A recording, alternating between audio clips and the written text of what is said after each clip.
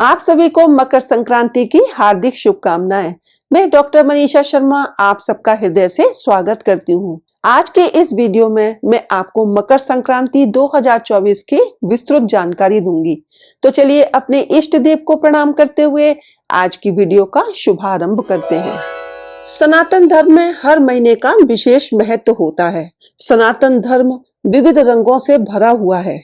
हिंदू पंचांग के अनुसार इस वर्ष मकर संक्रांति 15 जनवरी को मनाई जाएगी। देखिए संक्रांति क्या होती है? जब सूर्य एक राशि से दूसरी राशि में प्रवेश करते हैं तो वो संक्रांति कहलाती है और सूर्य हर महीने एक राशि से दूसरी राशि में जाते हैं। इस तरह से वो 12 महीने में 12 राशियों में प्रवेश करते हैं।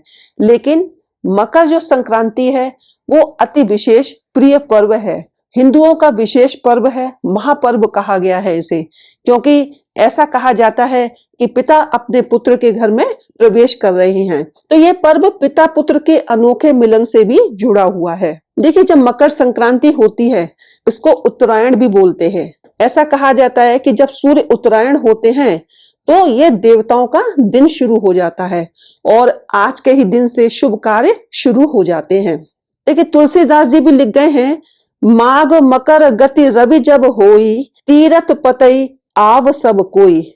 यानी कि सभी देवी देवता जब गंगा स्नान करने के लिए आते हैं जब सूर्य मकर राशि में प्रवेश करते हैं, तो इस पर्व का विशेष महत्व होता है। तो चलिए अब जानते हैं कि ये संक्रांति का त्योहार हम कब मनाएंगे। देखिए इस बार मकर संक्रांति का पर्व 15 जनवरी को मनाया जाएगा, क्योंकि जब सूर्य भगवान है वो मकर राशि में 14 तारीख की देर रात 2:44 पर प्रवेश कर रहे हैं। इसलिए यह त्योहार उदय तिथि के अनुसार 15 जनवरी को ही मनाया जाएगा।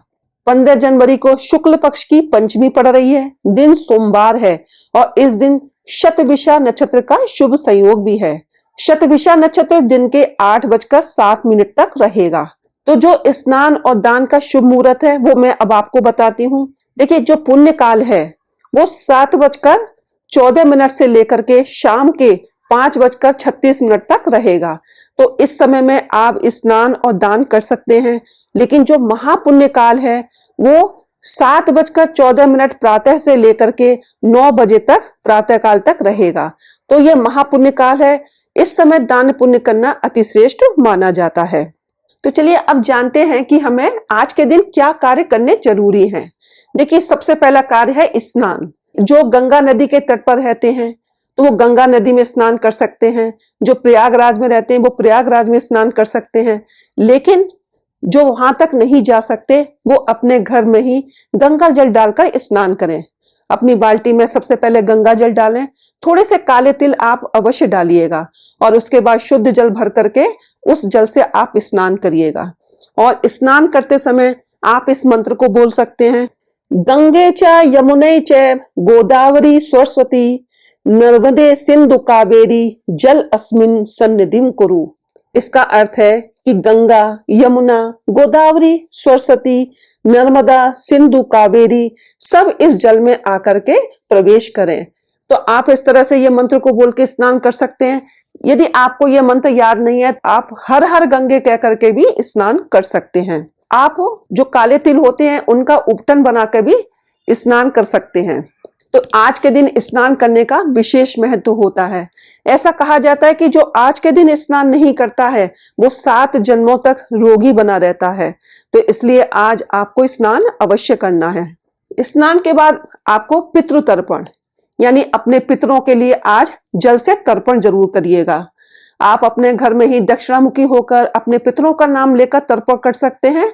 नहीं तो पीपल के जड़ में भी आप 1 लोटा जल और उसमें काले तिल और कच्चा दूध मिलाकर अपने पितरों के नाम से वहां पे भी तर्पण कर सकते हैं। तो आज के दिन पितरों का तर्पण अवश्य करिएगा। तीसरा कार्य है सूर्य भगवान को जल देना, उनकी विधिवत पूजा अर्चना करना। तो आज सभी को एक तांबे का लोटा लेना है, उसमें थोड़ा सा गंगा जल और जल मिलाकर थोड़ा सा लाल चंदन, पुष्प और अक्षत और दूर्वा डाल करके भगवान सूर्य को अर्घ्य अवश्य प्रदान करिएगा। जो आज के दिन से सूर्य भगवान की उपासना करना चाहते हैं तो आज के दिन से उस उपासना को शुरू कर सकते हैं। आप आदित्य हृदय स्रोत का पाठ कर सकते हैं, नहीं तो ओम ब्रह्म स्वरूपणे सूर्य नारायणाय नमः इस मंत्र का जाप करते हुए 3 बार आप भगवान सूर्य को अर्घ्य प्रदान करिएगा।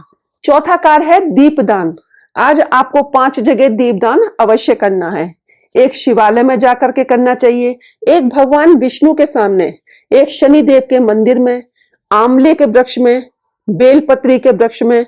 इस तरह से आप दीपदान कर सकते हैं और आपको तिल के तेल का ही दीपदान करना चाहिए। आप शिवालय में जाकर आज 4 कार्य जरूर करें। पहला है जल में काले तिल डालकर शिवलिंग पर अर्पित करिएगा। दूसरा, आपको दीपदान करना है। तीसरा, आपको गाय का शुद्ध घी शिवलिंग पर चढ़ाना चाहिए। और चौथा है काले तिल और चावल को मिश्रित करके उनको शिवलिंग पर अर्पित करना है।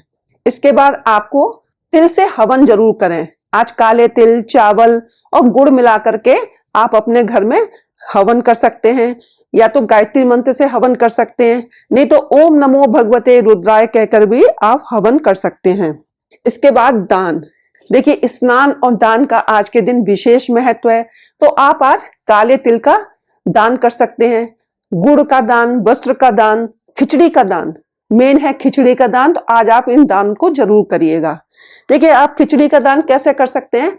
आप कच्ची खिचड़ी भी दे सकते हैं और आप पकी हुई खिचड़ी भी दे सकते हैं। तो आप खिचड़ी में चावल लीजिएगा, काले उड़द की दाल ले सकते हैं, घी और हल्दी और नमक, आप इन चीजों को जरूर रख करके दीजिएगा और उसमें कुछ सिक्के डालिएगा खिचड़ी में।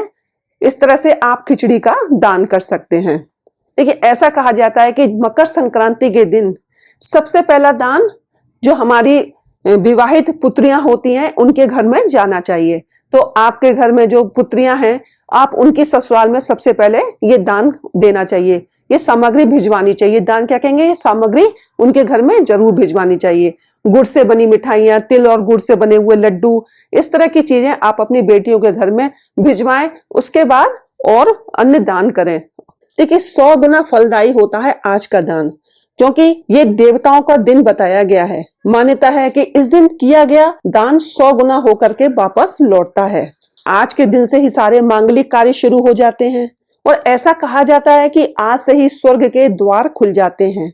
धार्मिक मान्यता के अनुसार मकर संक्रांति के दिन स्वर्ग का दरवाजा खुलता है। इस दिन पूजा पाठ, दान, तीर्थ, नदी में स्नान करने से मोक्ष की प्राप्ति होती है। पौराणिक कथा के अनुसार गंगा पुत्र पितामह भीष्म को इच्छा मृत्यु का वरदान प्राप्त था, लेकिन दक्षिणायन सूर्य होने के कारण बाणों की शैया पर रहकर उत्तरायण सूर्य का इंतजार करके मकर संक्रांति होने पर उत्तरायण में अपनी देह का त्याग उन्होंने किया, ताकि वे जन्म मरण के बंधन से मुक्त हो जाएं। ऐसा भी कहा जाता है कि आज के दिन ही गंगा जी धरती पर आई। माँ गंगा आज के ही दिन प्रकट हुई पृथ्वी पर। गंगा जल से ही राजा भगीरथ के 60,000 पुत्रों को मोक्ष मिला। इसके बाद गंगा जी कपिल मुनि के आश्रम के बाहर सागर में जाकर के मिल गईं। तो इसलिए गंगा स्नान का आज के दिन विशेष महत्व है। आज के दिन पतंग भी उड़ाई जाती है। इसका क्या वैज्ञानिक कारण है। देखिए, सूर्य का प्रकाश जो होता है वो शरीर के लिए अत्यंत स्वास्थ्यवर्धक होता है और त्वचा तथा हड्डियों के लिए भी बहुत लाभदायक होता है। तो जब हम पतंग उड़ाते हैं तो कुछ घंटे सूर्य की रोशनी में रहते हैं, जिससे हमें आरोग्य प्रदान होता है। तो आज के दिन हम लोग तिल और गुड़ क्यों खाते हैं। देखिए, ये सब चीजें क्या होती हैं, गर्मी पहुंचाने वाली होती हैं, खाद्य सामग्री हैं। तो ठंड से ये चीजें हमें बचाती हैं और तिल और गुड़ खाने से शरीर में गर्मी बनी रहती है। तो चलिए, मैं अब आपको कुछ सरल उपाय बताती हूँ जो आज के दिन आप कर सकते हैं। देखिए, खिचड़ी बना करके आप किस तरह से अपने 9 ग्रहों को सही कर सकते हैं। देखिए, आप चावल लेंगे तो जो चावल जो है वो चंद्रमा का प्रतीक है। काली उड़द की दाल लेंगे, वो शनि की प्रतीक है। उसके अंदर जो हल्दी डाली जाएगी वो बृहस्पति ग्रह से जुड़ी हुई है। नमक, आप सेंधा नमक का यूज करिएगा। जो सेंधा नमक है वो भगवान सूर्य से जुड़ा हुआ है। आज खिचड़ी में आप थोड़े से काले और सफेद तिल भी डालिएगा। काले और सफेद तिल राहु और केतु से जुड़े हुए हैं।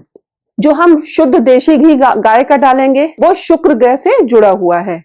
और इसके अंदर आप कुछ हरी सब्जी और लाल सब्जी भी डालिएगा, जैसे हरी मटर है, गोभी है या गाजर, आप इसमें खिचड़ी में थोड़ा थोड़ा डालिएगा। तो इस तरह की जब हम खिचड़ी बनाते हैं तो इससे हमारे पूरे 9 ग्रह सही हो जाते हैं। तो सबसे पहले आप खिचड़ी भगवान को भोग लगाएंगे और उसके बाद आप अपने घर परिवार में मिलजुल करके उस खिचड़ी को जरूर खाइएगा, और कुछ खिचड़ी आप गरीब लोगों में भी वितरित कर सकते हैं। आपको आज के दिन खिचड़ी का दान देखिए कैसे करना है। आप दाल और चावल लेंगे, उसमें आप हल्दी का पैकेट रखिएगा, नमक जरूर रखिएगा और शुद्ध गाय का घी भी आप उसमें रखिएगा, और इस तरह से इस खिचड़ी को दान करिएगा। आज के दिन आप झाड़ू का भी दान कर सकते हैं।